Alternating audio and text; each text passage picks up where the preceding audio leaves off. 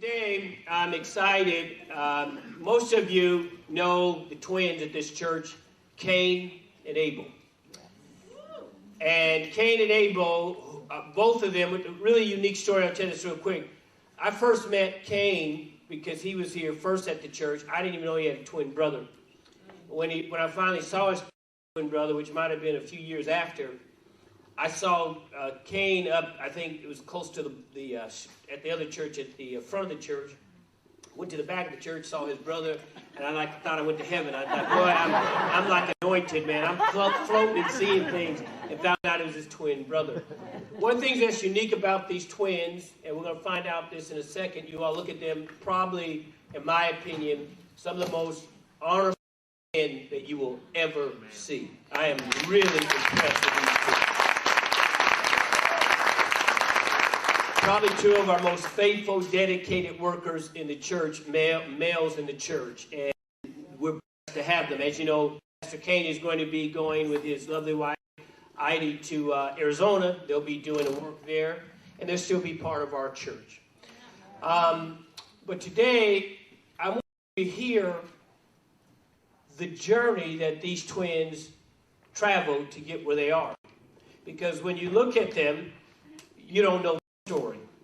And what I want you to do now, I want you to give a great big hand clap as they come take the seat. This is twins, Pastor Cain and Abel. Good. And you guys just have a seat there. And what I want to say is, one of the things that amazed me about these twins is when I came to find out, after seeing God do a remarkable thing in their life, I did not know that there was a time in their life where Satan had them in his hands of darkness. I did not know during that time that they led a life that was in the gutter. They led a life that led them eventually in prison.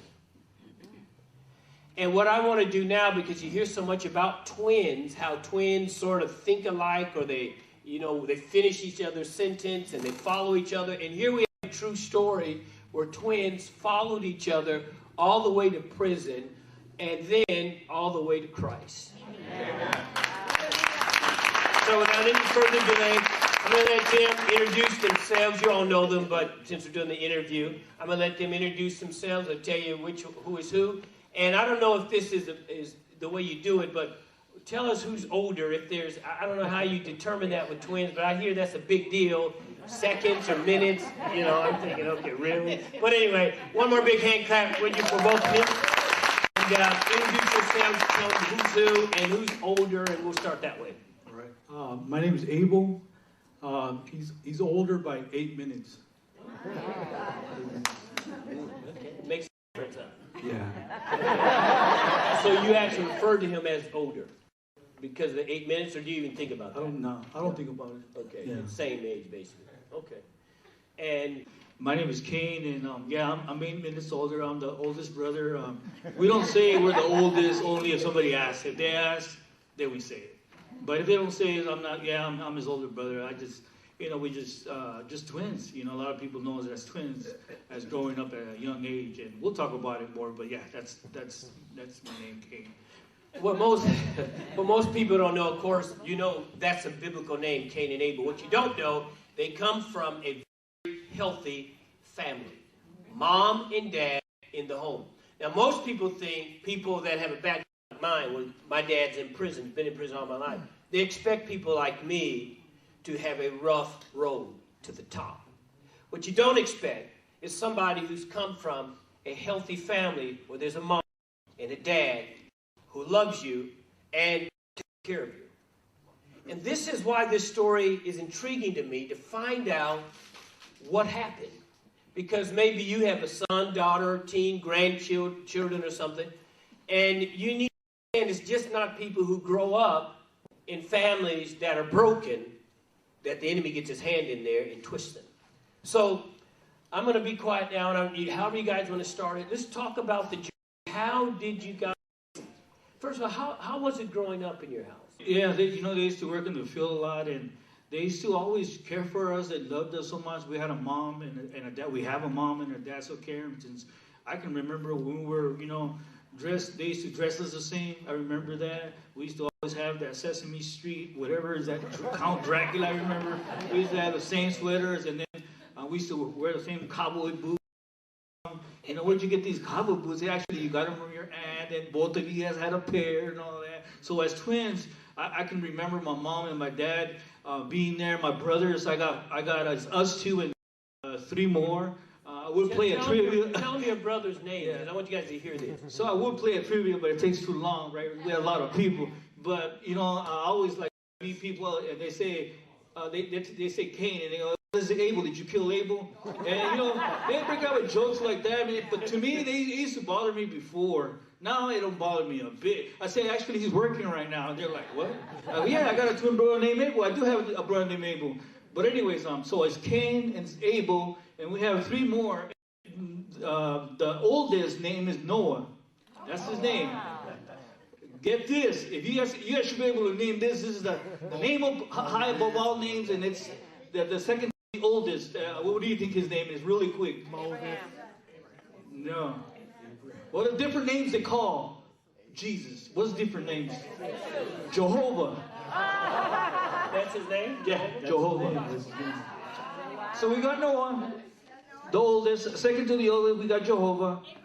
Then comes Cain. Then comes Abel. And then the smallest, my mom's Catholic. So she thought it was going to be a little girl, and we thought it was going to be a little girl too. So now we got four boys, thinking that the next one was going to be a boy. It ended up being a girl. But they still kept the name of a girl. And the last one is, if you guys know about Catholic, is Guadalupe, which is the Virgen de Guadalupe in Catholic. So the last one's a girl or boy? It's a boy. So all boys? All boys. It's Guadalupe, where they kept the name, you know, just, you know, my mom just, I don't know where she came from. Cain, Abel, Noah, Jehovah, and like, you know, yeah, that's where we're. Now, were you guys real close growing up? You two? Or your whole family? Or were you guys closer because you're twins? I think, yeah, me and him hung around a lot with our friends. And everyone went their own way. And who would you say out of you two was the influencer between you two? Back then, we were the same. The same? Yeah, the same. Okay. Until now, it's different. Can you explain that? So your family, your parents work, you had a good home. I'm sure, you know, the regular stuff that all families go through that have all those boys. What happened that you guys, who went off track first? Was it one of you or both of you at the same time? It was both of us. It was at a young age. We were like 13, 14, and our gig was breaking in cars, stealing cars, stealing car stereos and all that stuff. And we used to do it. That was our little like high. Our high was actually breaking inside cars and knowing that we wouldn't get caught. We thought, but that's a high rush. We had a rush to breaking inside cars, doing graffiti on trains. What else? That's probably one of the worst. And then also drinking alcohol at that time already. And that's what we were doing. But about how old then? That was about 14, 13, 14, around there. And your parents didn't know any of that? No, we used to hide it really good because we didn't do it around the house. We used to just go out and hang around with our friends. And my mom knew she had something in her to say that they knew they were bad company, but you know, we were just hard-headed, like most of these young kids, you know, and we just used to take off and don't come back till nighttime, like really late. And I remember, you know, breaking inside cars and the stuff that we used to steal, so our parents will know. We used to hide them in bushes with all this stolen stuff. So back then, if you would have hit our bushes, you would have got all kinds of, you know, we had all, the bushes were full of stolen stuff. That's why, so we were just trying to hide it from our parents because they knew that they wouldn't accept that. Let me ask you this, Abel, and this is going on. Were you just as involved, or were you trying to say, hey, we need to chill out, or when we're doing too much? Was there any conversation where you guys were saying, hey, we need to stop this? No, never. So you both just said, let's just keep going? Yeah, we went all the way. So did it escalate from there? So it started off breaking inside cars, and then I can remember, and my brother wasn't with me this time, but once we turned 18, Once I turned 18, or we turned 18, and we kept doing the same stuff. So this happened all the way to your 18. Oh, go ahead. And so as it was, and your parents never knew anything until you're 18. You never got arrested at that time, none of that stuff. So when 18 hits, we go to Camarillo, still doing the same thing, breaking inside cars, and we had this thing. We had it all like we thought we had it all. Like when it rains, you know, a lot of people don't put their alarms because the alarms will sound when it's windy. The alarms are not on the car, so you can break. I shouldn't even say this. But anyways, there's a lot of stuff like that. How many of you have ever had your car broken into? And we're going to find out. Okay. So once that happened, I remember being in Camarillo. It was me, three other guys. I was in the back seat, and I got off the car. I was always one of the craziest ones. I was down for anything. So I got off the car and broke inside this car, and I can remember getting the car stereo and some other stuff. I remember looking, and somebody seen me. And I said, man, and I got in the car, and I told the guy, we got to take off. Like, it was a rush. We got to take off. You know, somebody seen me. Didn't think much of it, so we started going down for about... Somebody that knew you, or just... Somebody that seen me breaking inside the car. Okay, gotcha. And this was about 8:30 at night. So we're passing by, and in the back of we can see that we're being followed. And I said, man. So anyway, we passed about 2 blocks. By the time the 2 blocks passed, we're in a high-speed chase, because then we had the sheriffs in back of us like this, like really quick. And I was like, wow, and it happened so quick. But anyways, so they go over, and my friend, he's kind of like, he doesn't want to keep going because he's not that crazy. He's just a driver. He's just one of them, like, wants to fit in, you can tell. Kind of makes sense. He wants to stop because the police said stop, right? Yeah, but, if I had the wheel, I probably would have kept going. But thank God that I had a wheel. He was scared. He pulls over, he pulls over, and the sheriff's got us on gunpoint, and I'm in the back seat, and so they pull us over, and they arrest all of us. And I just turned 18. So now, this is my first arrest, never got arrested, and now I'm going to the county jail, and I can remember him, they were taking pictures, made me take my shoes off, and I was saying, man, I got all mad because there was, that's one thing that got me was a broken glass on my shoes. And then my hands, because I used to punch the windows with a crack. Once it was cracked a little bit, you got to punch the window to just make a little, make it all obvious. So anyways, I was doing that, and I just punched a little hole enough just to open up the thing. But little did I know, at that rush, my hand was all cracked with nothing but blood from the thing. So that was evidence of... Exactly, Pastor. So then I'm in the back of the car, and they're taking me to the county jail. And I'm thinking, but before they take me, the car was really hot when I'm handcuffed. And I don't know where I thought about all this, but the heat, I was thinking, okay, the heat, I'm going to see the heat being so hot, because it's hot back there. And see if the heat can stop the bleeding. So there won't be no evidence. That didn't stop it. It was really hot, but I thought it was, and it did it. It was worth a try. But there I go, and I'm facing some time, which is 60 days. Back then is a lot to me. I'm 18, and they offered me 60 days and stuff like that. And so that's what happened. That's the first time we got arrested at 18. And were you there, or did you have a time you were arrested? No, I didn't even know about this. I didn't know. Kept that one from you, huh? What was your first arrest? Do you remember that? My first one? No, I can't remember. I just remember the big one. Tell me, let's go there. Let's escalate it. So a bunch of little ones, and then what was the big one that really... I think the big one was, I started, I made the choice of not to live with my parents. I made the choice to live in the streets. So the reason I made that choice was to use. I used to use all the drugs, heroin, crack, cocaine, everything. I used to use everything. I used to slam. But, so what happened was, I went to go do a Spanish nightclub.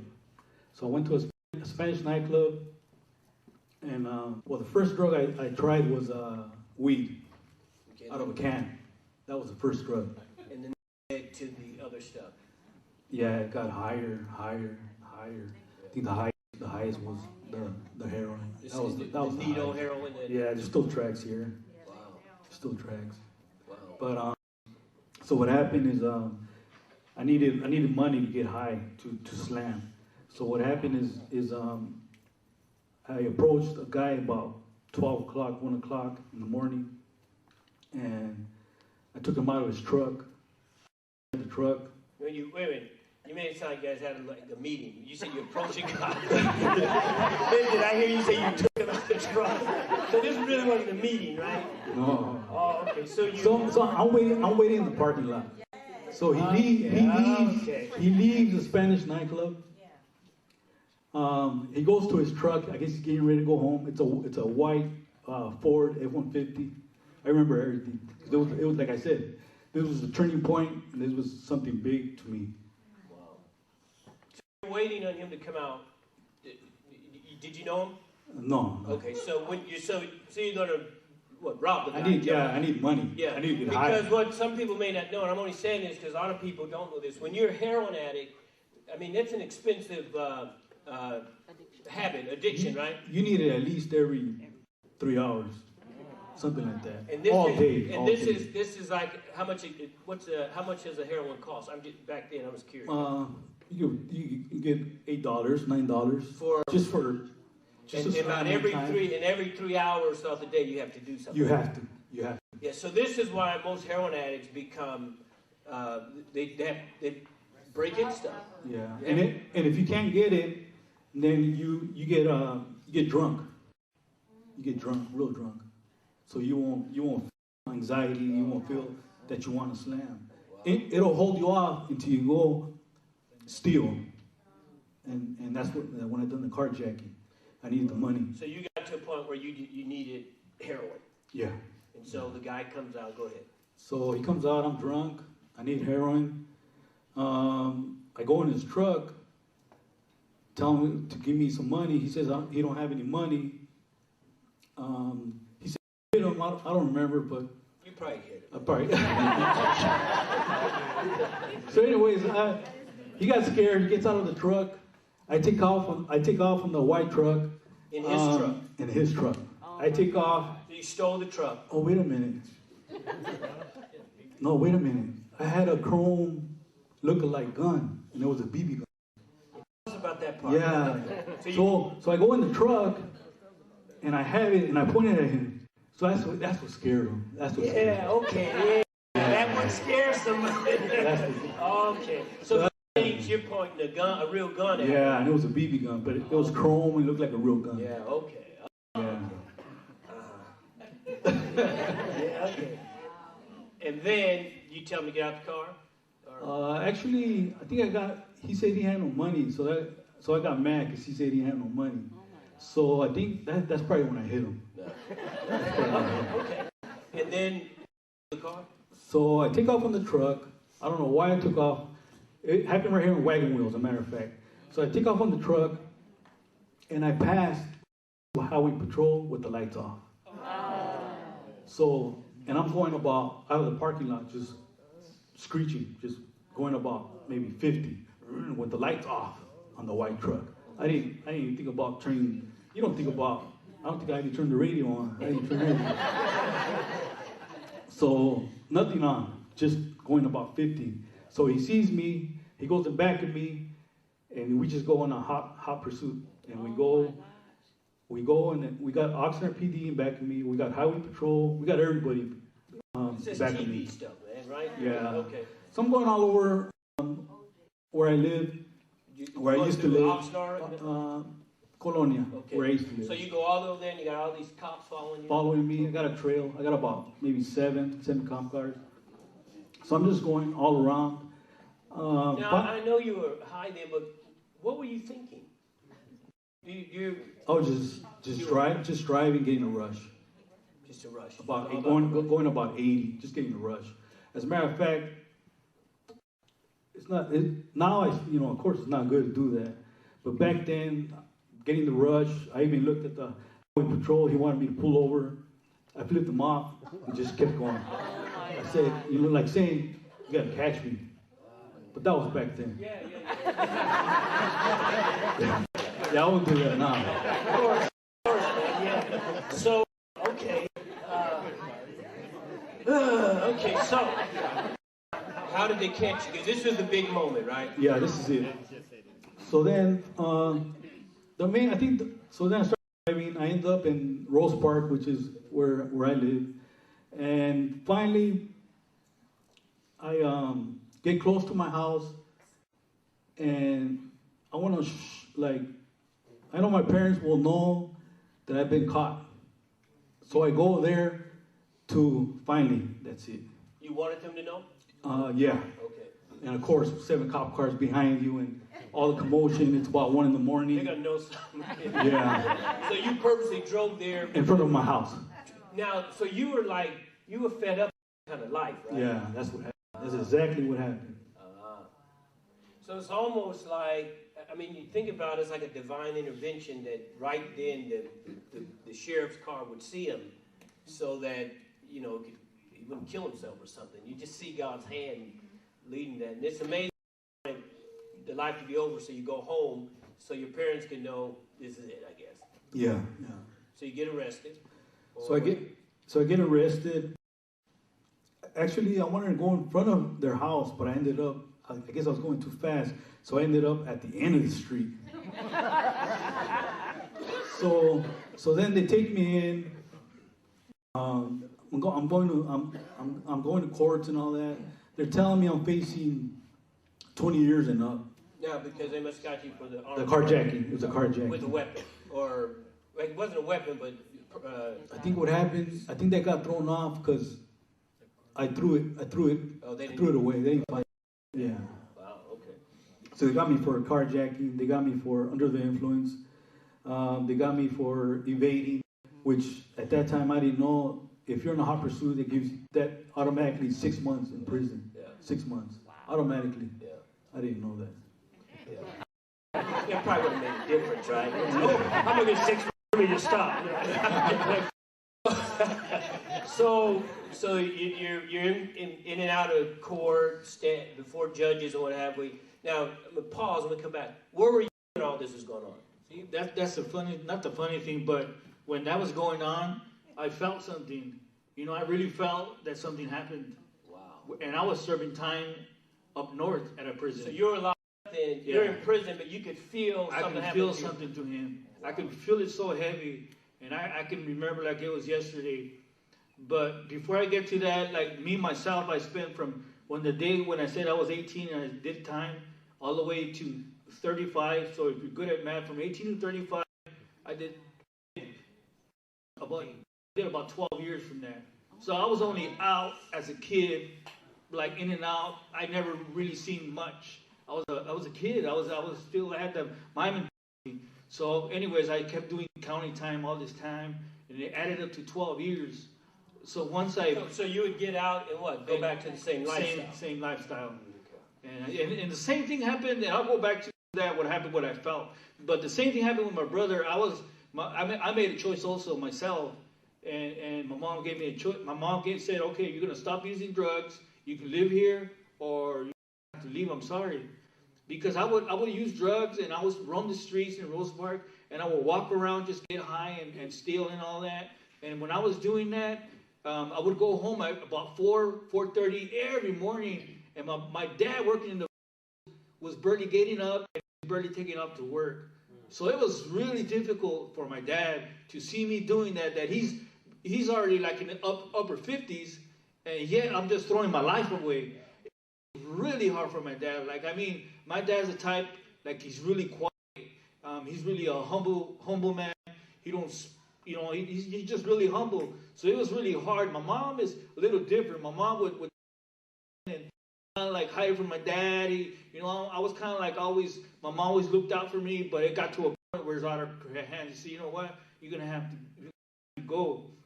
So I decided to go. I was homeless out there, doing the same thing as my brother, using heroin, using crack. Now, when you were homeless, were you homeless at the same time or no? Different times? Yeah, different times. Okay. So you had your own sort of experiences out there. Yeah. Okay. Yeah, and then I always share the story. When I was homeless, I remember being at 3 o'clock. I said, man, I got to go find a place to sleep. So I would go out. I remember this bakery, and I went to the back. And as a matter of fact, I passed not too long when I showed my family where I slept at. still there, and I passed through there, and I remember closing the door like it was my house, and it's actually the big old dumpsters that you roll, and then you have that gate or whatever, and then you have a lock. So I would roll it and everything like it was my house, and then put cardboard on the floor, and I would lay down and just to try to get some sleep so I can wake up and do the same thing again. And I remember doing that, and I remember being hungry, got back up, looked through the trash can, I seen some French fries, I seen like a half-eaten burrito, and start eating. Eat that stuff. I'm just curious because of the kind of home you came from. When you're sleeping out there in the cold and you're in a trash can, what kind of thoughts are you having about your home, your family? You got a mom, a dad who loves you, could be in the house. What are you thinking? You know what, Pastor? At that time during them episodes, I never thought of that. You don't think like that. You think about, how to get your that has the domain, that has like power, like that's how you're thinking of. You're thinking about when I wake up, where am I gonna go steal that's fast, that doesn't take too long to get money. You go to a store, you get something that's worth, half the price, and you can sell it half of that price. So you do stuff like that. But I want to go to one story that even at that point I was so like out of it. I had one of my best friends. I won't say his name because we are being recording here. But one of the best friends that I thought was my best friend. You guys got to get this. It's crazy. Now I just shared that my mom was always there for me, right? Well, my mom's diabetic, high blood pressure. My mom, something's, she's sick. She has some health issues there. She stays home all day. My dad works. So I needed money. Me and my friend, guess what we do? I set up an actual, what do you call that? Home invasion at my own mom's house. That's how crazy this. I just want to share this because this is a big one. Because drugs will do that to you, man. To that point where your mom, the person, whether it be your dad or your mom, I don't care who it is, and whether you say that drugs and whoever hears it that drugs don't do nothing, that's a bunch of baloney, man. That is fake. To set up my own mom and do a home invasion with me and my friend, so-called friend, we go in, and he goes to the right. I go around and I follow him, but I'm going somewhere else, and I'm getting stuff from my mom's house. Doesn't belong to me, and just getting all kinds of stuff. So you break into your mom's house. My mom's house. Is your mom home? Yeah, I didn't know she was home. So I break it. This is. I'm glad you asked that, Pastor. So we're inside, and this is a home invasion, and it's gonna be. We're breaking. This is what I thought. I'm gonna break inside. Me and my friend. We're gonna steal just not a lot, just enough to get some heroin, to get some money for some heroin or for whatever drug. And that's it. I'll put a stop to it. I had a little bit more control over the guy I was with, so I was able to control him, meaning okay, you know what, it's time to go. So that's what happened.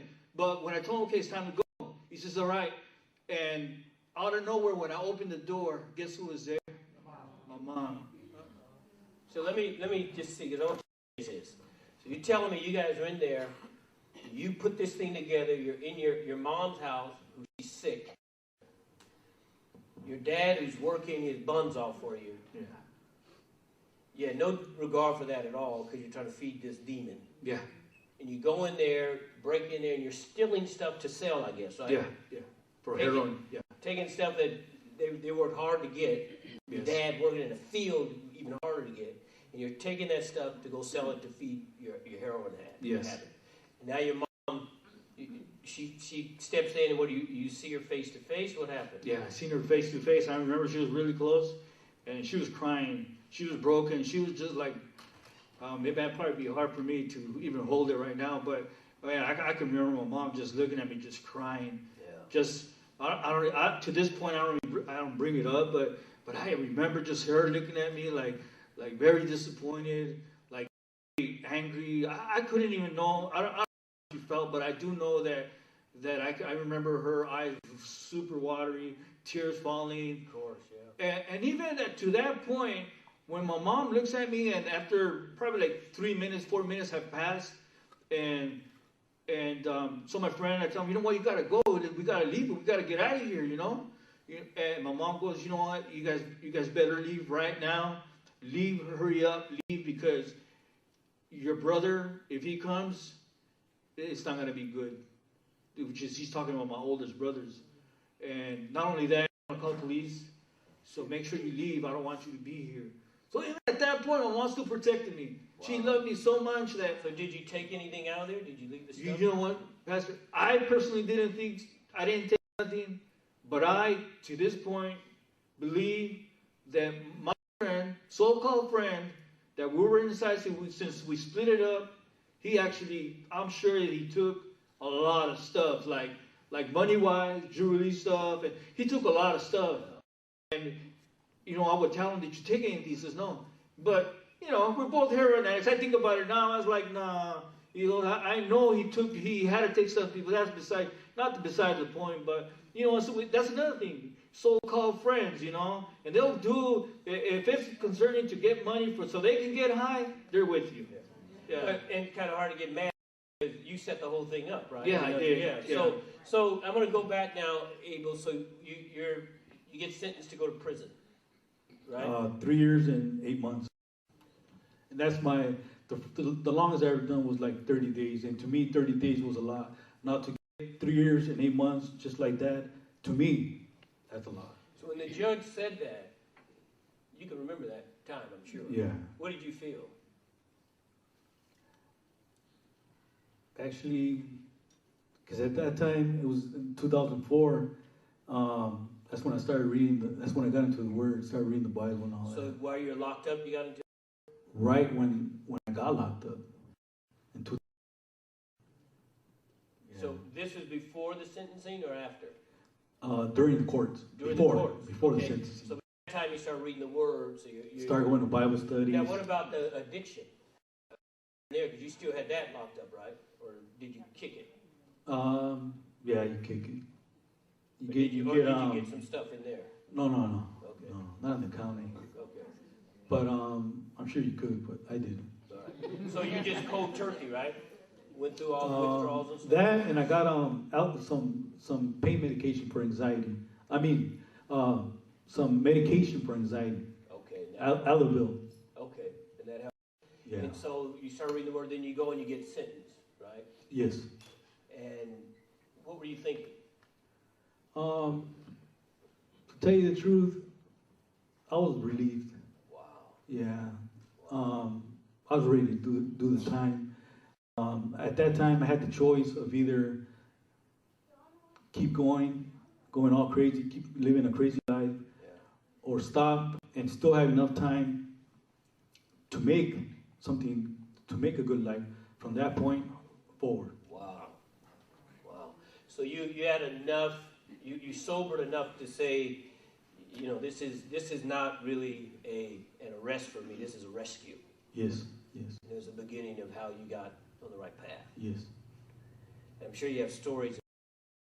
So you go off to prison. You're already in prison, right? Yeah, I was in prison at that time. And did you guys end up going to the same prison, or? No. Okay. No, that was my second. I did the first time I went to prison, and that was late 30s. I went to prison, and to me it was like, I ain't gonna lie, it was like, you know, like a field trip to me.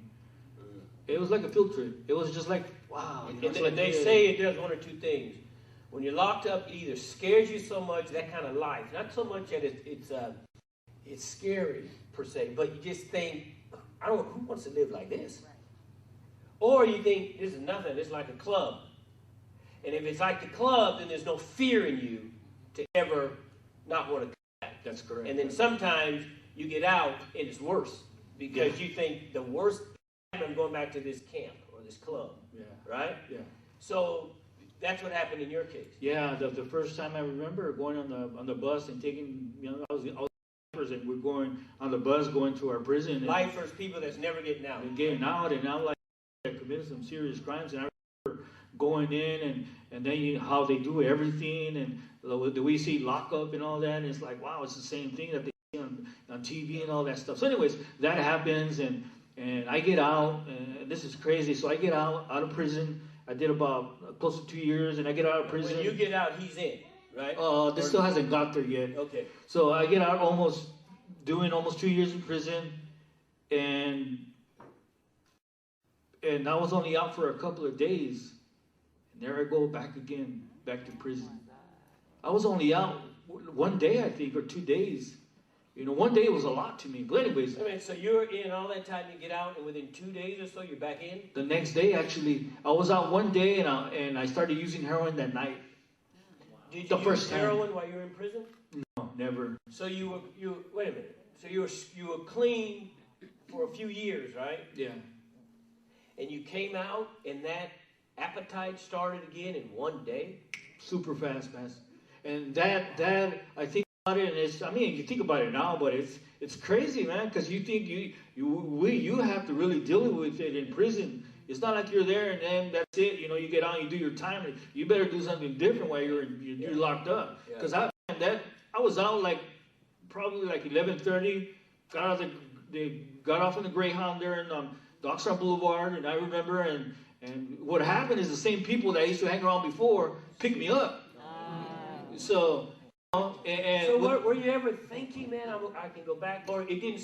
Going back was nothing to you? To me, going back was nothing, and I didn't think much like what I think now, as far as if the same people pick me up, and these people are still doing the same thing, why am I going back to that? At that point, it didn't really matter to me. And where were you at this time?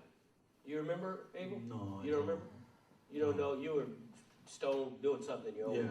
Okay. So you guys had no real close contact. Not during them times. But it's interesting, the twins not together doing the same thing apart. So that happened right there, and I remember, and I went back the second time that I went back to prison. That was what was the awakening for me. Why? What was the defining moment there? Man, I seen the same. I think what hit me a lot was the politics. Just it's so heavy, and it got worse. I seen it get worse. And like I said, there's a lot that I can't talk about, but it's just like... When you say you can't talk about it, tell me why.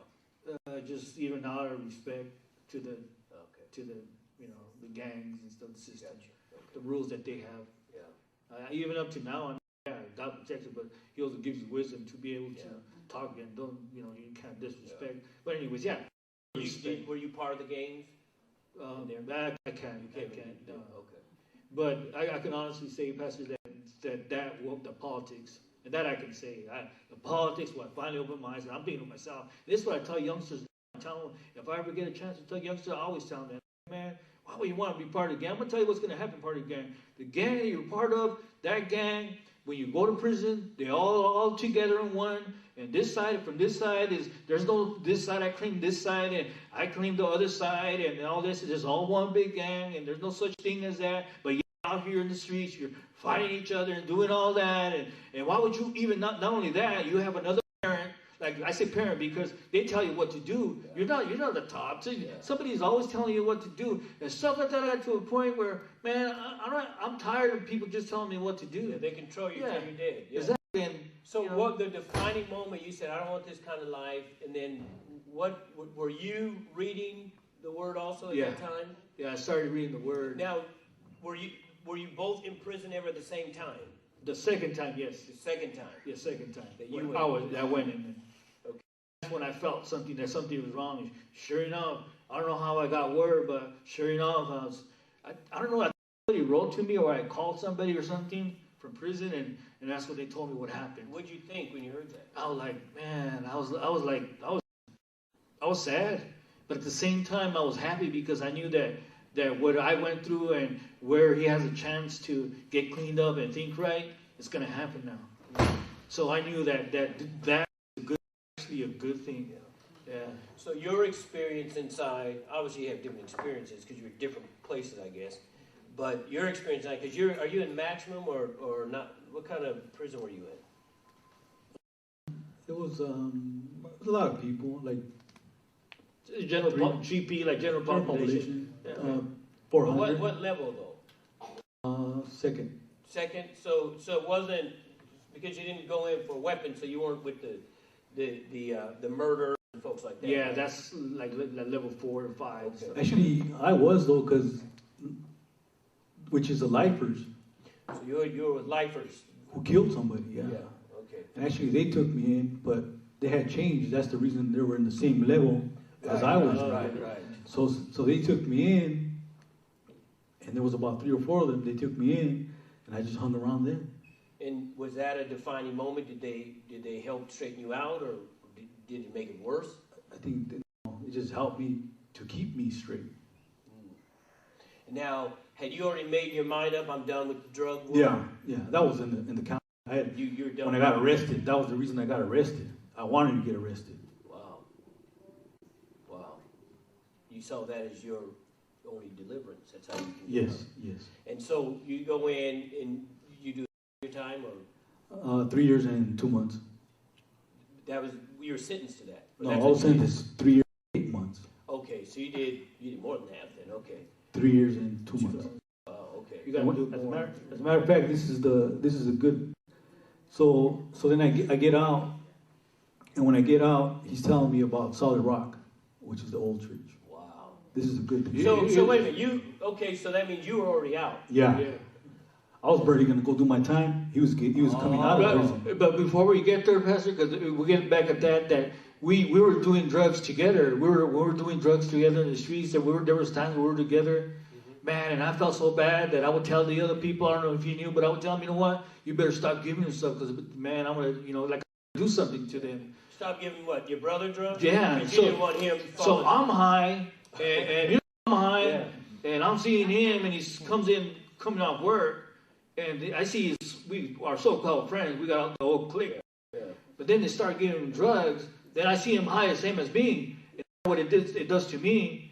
And I'm kind of like, man, and I would tell him every time. If I was there, I would tell him, you know what? Don't be giving him stuff, man. I already told you. Wow. And it would get me so angry because even at that point, I still feel like man, that's you leave my family. I felt like if it's gonna happen, let it just happen to me. Don't be bringing more family down. Just let it happen to me. Because you saw the hole that it had in your life, yes. right?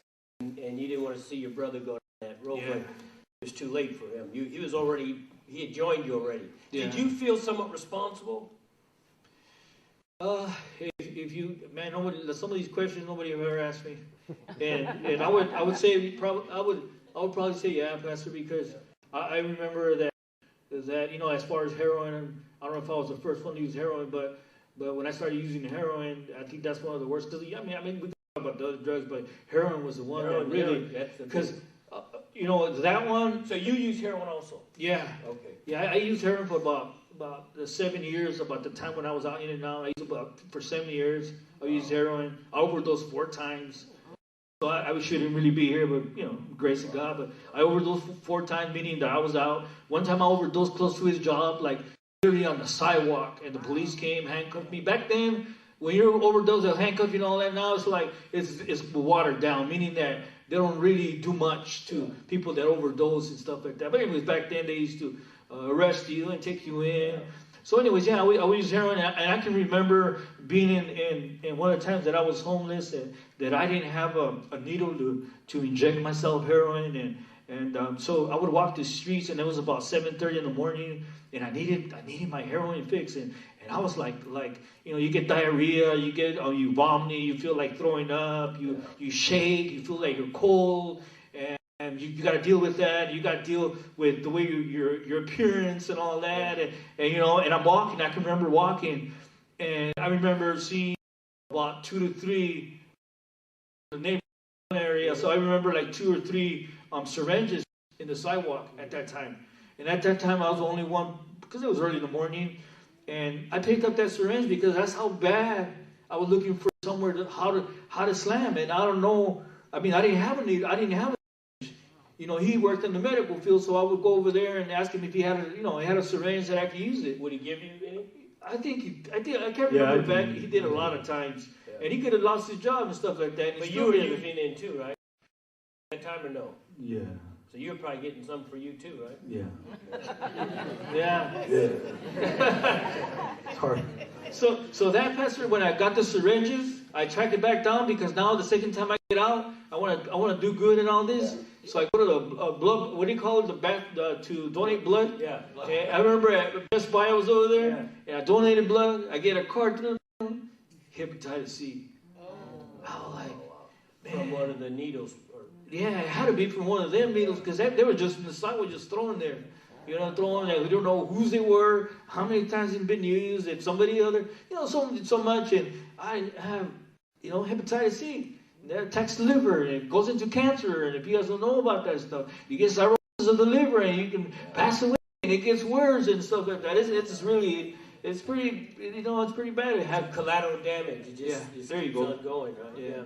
So I'm going to take some questions here in a second, real quick. But I want to ask you. I'm just curious as it comes to that main, because you were at Solid Rock, and you started. I don't know if you wrote him, told him about it. How did all that transpire? I can remember. I think it was on a Wednesday night, and he had called me because he had a hold still. They were listing for prison, but before he got out, like in the streets, he had a hold for the county jail. So they had a county like a ticket or something small that he was only gonna be. He only did a couple of days for that, no? Like a day. Like a day. Did a day, and I remember being on the phone with him. You were in booking, no? Yes. Yeah, he was in booking, and I remember being at the church at that time. It just happens to be that God orchestrated, lined it all up, and I was in the phone. He wasn't in ministry at that time either, right? No, okay. I just told him, he just asked me, where are you at? You know, after being away so long, and I'm to hear his voice and stuff, then he's asking me, where am I at? And I go, I started going to church, man. I'm here right now, you know, and I just started talking to him, you know. Wow. I was in church. Wow. Yep. Wow. And so you do your little time that you had to do here a day or so, whatever. You get out, and then did you invite him to church or what? He invited me. He started picking me up. Started taking me on Wednesdays. So what made you do that? I just felt like, you know, I just needed to do that right away. Because You were sober, right? You were clean then. Yeah. That was it. Okay. And you were clean too, obviously. Yes. So you just said, hey, you know, I went to the other place with you, so now I'm going to bring you.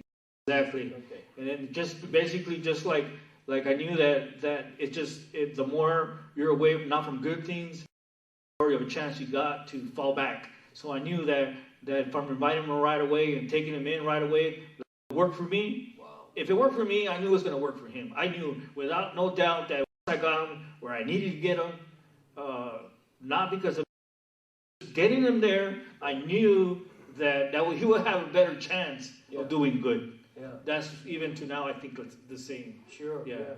And it changed your life. Yes, it did. Yeah. So you went the first time, and then what did you just think? You know, this is pretty cool, or were you just going because he wanted you to come? No, I was already like I said, I was already going in there when I was. That's right. Yeah. So you started hearing the word, and your spirit came alive. Right. Cool. Wow. Incredible.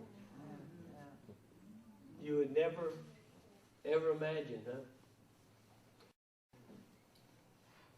I know, huh? Anybody have any questions?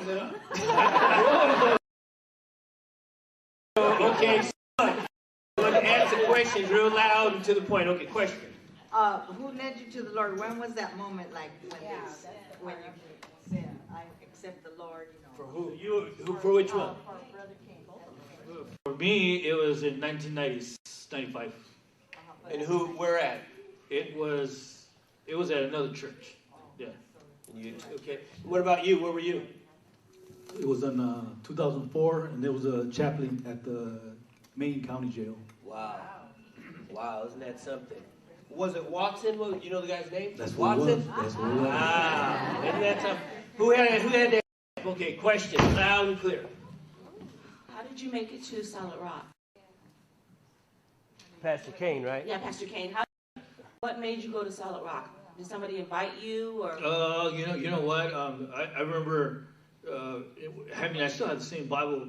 I got it from Kenneth Copeland when they do a jail ministry, prison ministry. So they sent me a Bible. I remember the Greyhound, and all I prayed was to a church that's going to feed me, and a church that's going to be able to way. And I just started praying, and I prayed all the way to when I got out. But anyways, after I finally came here to Oxnard, somebody else, I was living with my kids, and somebody else, his uncle said, hey, you want to come to church? So he started picking me up a few times in the beginning. So that's how I started coming. You never know what happens when you invite somebody to church. You never know the impact, what's going to happen. And then, the years pass, he ends up on our pastor staff. Question? How effective is the prison ministry in prison? Does it really help you, or is it just something that you do for a while and then it's not effective? It is. It's effective. 'Cause I used to go all the time when I was in there. It A helped me lot of guys will go just so they're not confined, right? They get to go, Yeah. But that's how it happened. You been there, Pastor? I haven't been there, but I have 3 days and 3 nights of town experience. I know. And let me tell you the miracle about this, really, when they came to church, because in prison, correct me if I'm wrong, now my father's been there all my life. In prison, it's segregated by race. Yeah, right. So to come out right away to a church where there's African American pastor, that there's some mental things that you deal with. Am I right? That's correct. Yeah. So that I just want to show you how God works. You know what I'm saying? A couple other questions. Yes, in the back here. I want to get the mic because they're recording this. I want everybody to hear this. Way in the back, loud and clear. Okay, some people know that I have 4 children, some people don't, but I have 2 grown sons, and the marijuana I went through with my oldest son, and it ended up affecting him so badly that he kind of flipped out.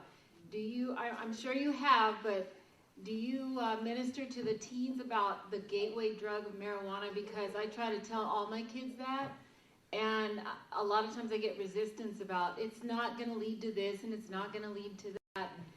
It's such a big, huge deal, and now that it's all legalized, the kids think it's even more okay to smoke it. Do you guys think that it's the gateway to the other drugs? Yeah, definitely is a gateway, and I think the best way is just, they think that they won't get to that because they see so many people doing it. Right now, 5th graders, 6th graders are smoking weed, and just so people are doing it, that is the thing to do. It's like, they're around, it's cool. It's now, in these days, if you don't smoke weed, you're not cool. So, that's true. It's true. And it needs to legalizing it is a bad idea? Yeah, I think it is. You've been there. Where are the other hands? There's another question somewhere. Somebody had a hand up. Let me ask you, what advice would you give to parents, grandparents who have teens or pre-teens that perhaps may be going down this road? She talked about her kids starting on what the life it can lead to. You're a loving mom, loving dad. It still didn't get your attention. Everybody has different things that sort of wakes them up. But is there anything that you think, well, if somebody would have just did this, if they just would have did that? Is there anything like that you can think of? Either one of you? I got something, bro. Go ahead. Yeah, I think, now, I think if somebody would, like Pastor said, if somebody would have really reached out, because nobody really reached out, but not in a way, reaching out in a loving way other than my parents. What I mean by that is, like, if you're going to reach out, don't reach out like pointing your finger. If you're going to reach out with your arms open and embrace them. Not because of what they're doing, but because you love them. Right. If that's going to get anybody, first of all, you can't be the enabler. You got the police for a reason, and the best way sometimes it's the worst, the thing that you think you can't do, but it's the best thing you should do is get the police involved. Tell them, you know what? Because if you keep putting it up and say, next time you do this, I'm going to call the police, and they do it and you don't call them, they're going to do it again. They're going to keep doing it again. Just call the police. So, and as early as possible, so when the kid first starts, let him get on it right away. See if you can get some counseling at a church or something, and then if that doesn't work, I'm not talking about a year. I'm talking about, I'm going to give you 3 months, or I'm going to put a time on it. Yeah. If you put a time on it, and after that, start calling the police. Yeah. We have a couple questions. Yes, sir. I'm fortunate. When I went to Ventura Baptist, before I came to know the Lord, we had a major events out there where we would go to CYA. Now they have a court and everything there. They closed down the CYA operation. Yeah. But I had to talk to both men and women under the guy who led me to the Lord. And I'll tell you something. What you said is true. If you don't reach out and love them, it's not going to happen. You got to give them love all the way. Yeah, they got to come just like Jesus. I could remember driving on a Sunday night in the rain to see a female who was on one of their firefighting things. She would walk up. They let me talk with her. She changed. That touched my life. This is why I know Pastor Lonnie. This is why I know the things I've done. So it's hearing from you two that I've never heard this side of it. Means an awful lot. So what you're saying, everybody listen to what they have to say, because it means something. Thank you. So I just want to say, we have another question, but I wanted to say real quick. So we're talking about this love thing, but you want to balance out. You're saying you got to love, you show love, but sometimes it's tough love, right? Yeah, exactly, Pastor. And tough love is yeah. saying, I'm not going to enable you to do this, Yeah. so I'm not going to turn my face like I don't know what's going on. Yeah, exactly. Exactly. Be involved in their lives. You know, see who they're hanging around with. See where they go, who they're texting, who. Get involved. You got to get involved. You're their parents. Question. So do you feel that the protection that your mom gave you when you were growing up, that was enabling you? That if she did the tough love to you guys, you would have not gotten to where you... No, you know what? I'm glad you asked that, but my mom, she gave us tough love, man. I remember one time, she got her shoe out, she threw it, she hit me on the head, and I hit myself, and I was only like 10 years old, and I remember, and I still have the mark right here, and I hit the cabinet, started bleeding a lot, and when I started bleeding, guess what my mom did? Talking about tough love. She said, don't be crying. Look at what you made me, look at what happened because you were acting the way you were acting, and now I had to hit you, now you're bleeding, so now it's my fault. So she gave me tough love. Sound like a black family. Yeah. Yes, sir. Question over here. All right, here we go. How is your relationship with your parents now? It's real good on both of them. It's real good. The about it, it's like now we're the black sheep. Now it's a whole. Now we're the ones who are more involved. They'll not love more, but now it's like we're closer than my brothers now.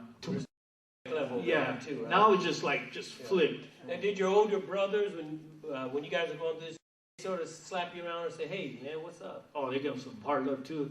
Some. Because they weren't on drugs, right? Just you. No, yeah. You have to go through it too. Yeah. That's the bad part. She's seeing all that. If you do it, your whole family is going to be part of that This life. is huge right here. Everybody's affected in the family. Everybody. Yeah. So yeah, if you have any family members, you know, this is no secret. So even the brothers are relieved. After all that, now they're relieved. Now they can go about their lives. Yeah. Well, this is good. I think we're going to stop here. Just clap our hands. This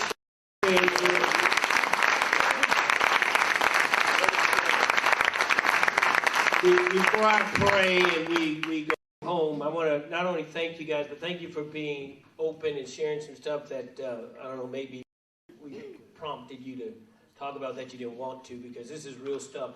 If you have teens, I'm sure, or young kids, and you want them to talk to, I'm sure they would be open to do that.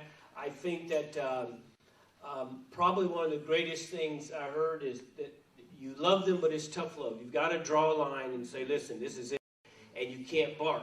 The moment you say, I'm going to call the cops, and you don't, then you barked, bite. And when that heroin demon or whatever drug demon starts, it will keep gnawing away and eating at you until it'll just eat everything you have. It'll steal from your own mother. And many of you that have been there, you know it. What a remarkable story. And again, thank you guys very, very, very much. Yeah, very powerful. Very, very powerful. Now, I want everybody to stand. I'm going to close in prayer. And, Pastor Kane and Abel, they'll be here as we're fellowshipping and getting everything away. Those of you that are going to help us, team, thank you so much. But if you want to come, and you should shake their hand, thank them for sharing. And if you have a question, they'll answer it. They'll step here and answer. So let me just pray for everybody here. Father, thank you so much for each and every person and for this testimony. This reboot, Lord, in my opinion, this is just incredible to hear the story. And for some, this is the first time